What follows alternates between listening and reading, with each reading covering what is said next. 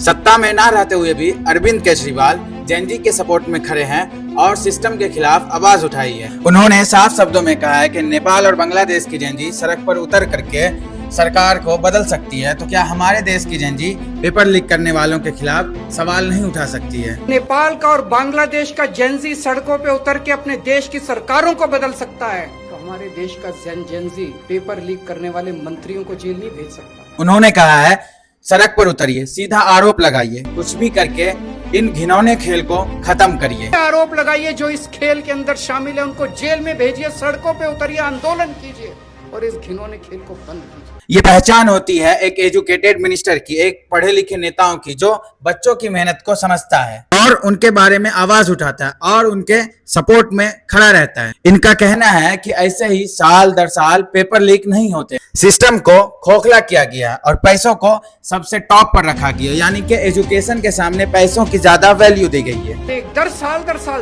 साल नीट के paper leak हो रहे हैं तो पैसा सबसे टॉप पे पहुंच रहा है, सबसे टॉप पे। ऐसे ही पेपर लीक नहीं हो जाते, नीट के जैसे पेपर ऐसे ही लीक नहीं हो जाते। अरविंद केजरीवाल और मेरा सेम सवाल है, सिर्फ मेरा ही नहीं पूरे देश की जनता का सेम सवाल है कि इन सब की अकाउंटेबिलिटी कौन ले।